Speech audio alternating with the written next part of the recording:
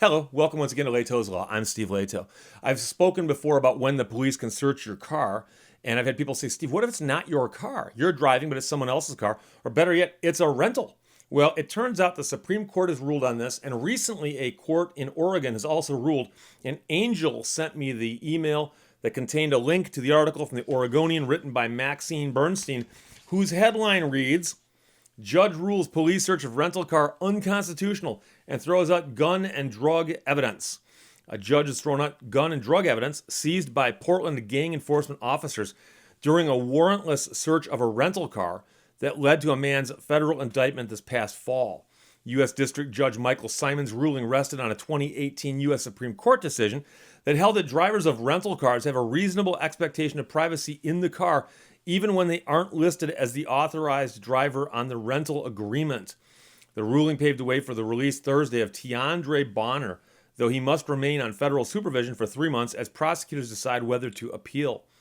The judge told the man, I really do encourage you to view this as you got a break because we're a country of laws. And now it's time for you to start following the laws and do things honestly. Bonner, who's now 27, did not consent to the search of the 2018 Subaru Outback wagon after he was stopped for an alleged traffic violation in August of 2018. He told officers that his girlfriend had rented the car and allowed him to drive it. The judge was not swayed by the prosecution's argument that police had received consent from the rental car company to search it. Police found a loaded .44 revolver in the center console and a package containing a kilo of cocaine inside a backpack on the rear seat floorboards. The judge told Bonner that evidence is not appropriate to introduce at trial against you. If the government does appeal, Bonner may stay on federal supervision, and if no appeal is pursued, the charges will be dismissed. The judge asked all sides to return to him in 3 months for a status check on the case. Now, here's what happened. Last summer, gang enforcement officers were driving east on Northeast Ainsworth Street at 15th Avenue when they recognized Bonner driving the Subaru. Now, that's not necessarily a good thing when members of the gang enforcement squad recognize you, but could be all kinds of reasons for that. They believed he was associated with the Rolling 60s gang and were aware of a Clackamas County bulletin that identified him as an officer safety risk based on an ongoing investigation after a gun had been found under his seat in a separate stop 2 months earlier. He was not arrested during the June 2018 stop because investigators were awaiting DNA tests on the gun. Wilbon, one of the officers, suggested to the other that they should contact Bonner if we find an opportunity, so they followed him in an unmarked police SUV. They then said they saw the Subaru cross the yellow line 3 times and that the car sped up to 38 and a 20, so they pulled the Subaru over. Bonner handed police his license and the rental agreement from Dollar Rent-A-Car. While one officer ran the information, another asked for consent to search the vehicle, and Bonner did not give his consent. And everyone agrees the man said, no, I do not give my consent. He also indicated it is in fact a rental car and showed them the rental agreement. One officer ran Bonner's personal information, finding he had a valid driver's license and no warrants for his arrest. On the rental car agreement, the girlfriend was listed as a renter, and it showed a return date of the day before the stop. So, police called the rental car company and asked them about it, and they learned that the rental agreement had been extended 1 or 2 more days. So, at least 1 more day. So that means that technically the rental was still going properly. They then said that the Dollar representative gave them consent to search the car. And so the man was asked to step out of the driver's seat. He was patted down, and then officers searched the car, and the gun and the drugs were found. Now, the man is a convicted felon, was arrested on state charges, but those were dismissed when he was indicted in federal court in October on charges of being a felon in possession of a gun, possessing a gun in the furtherance of drug trafficking, and possession with intent to distribute cocaine. He has a prior conviction for unlawful use of a weapon.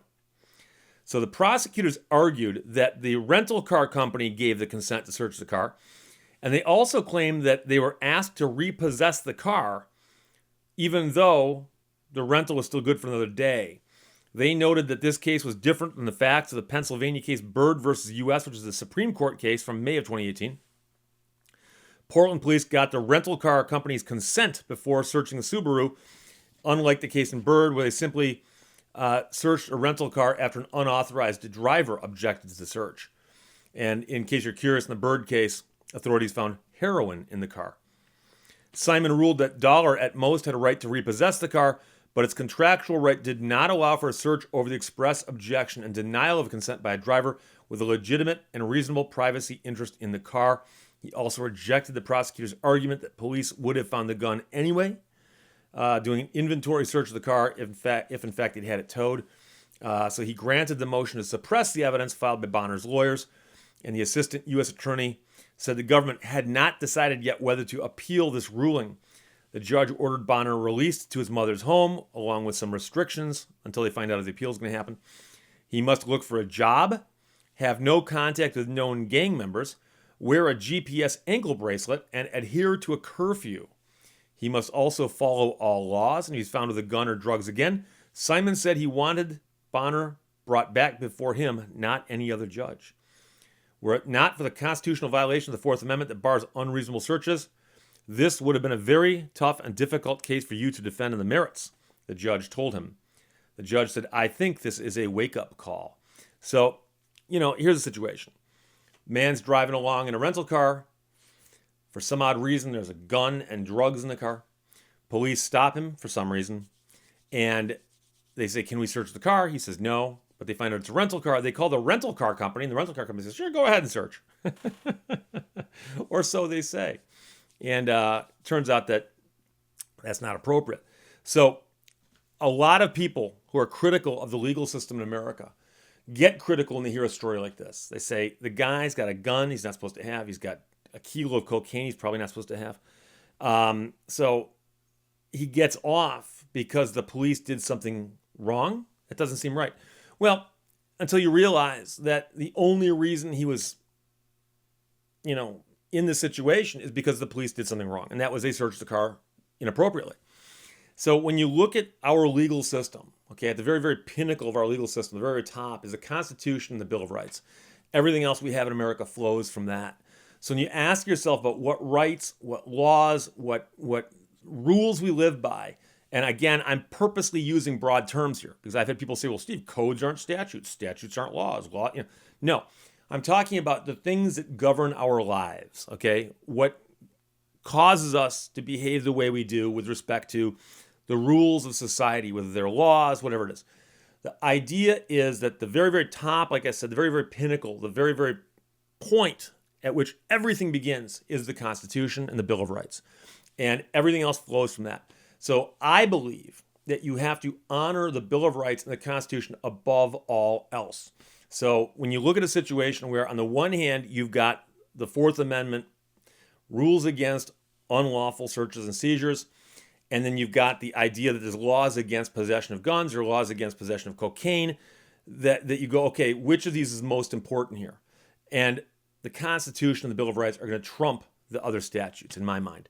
And while many people have very little sympathy for somebody like this, and they say, well, yeah, but you're giving a break to somebody who doesn't deserve it. No, everyone deserves the same breaks in America that come from the Constitution and the Bill of Rights.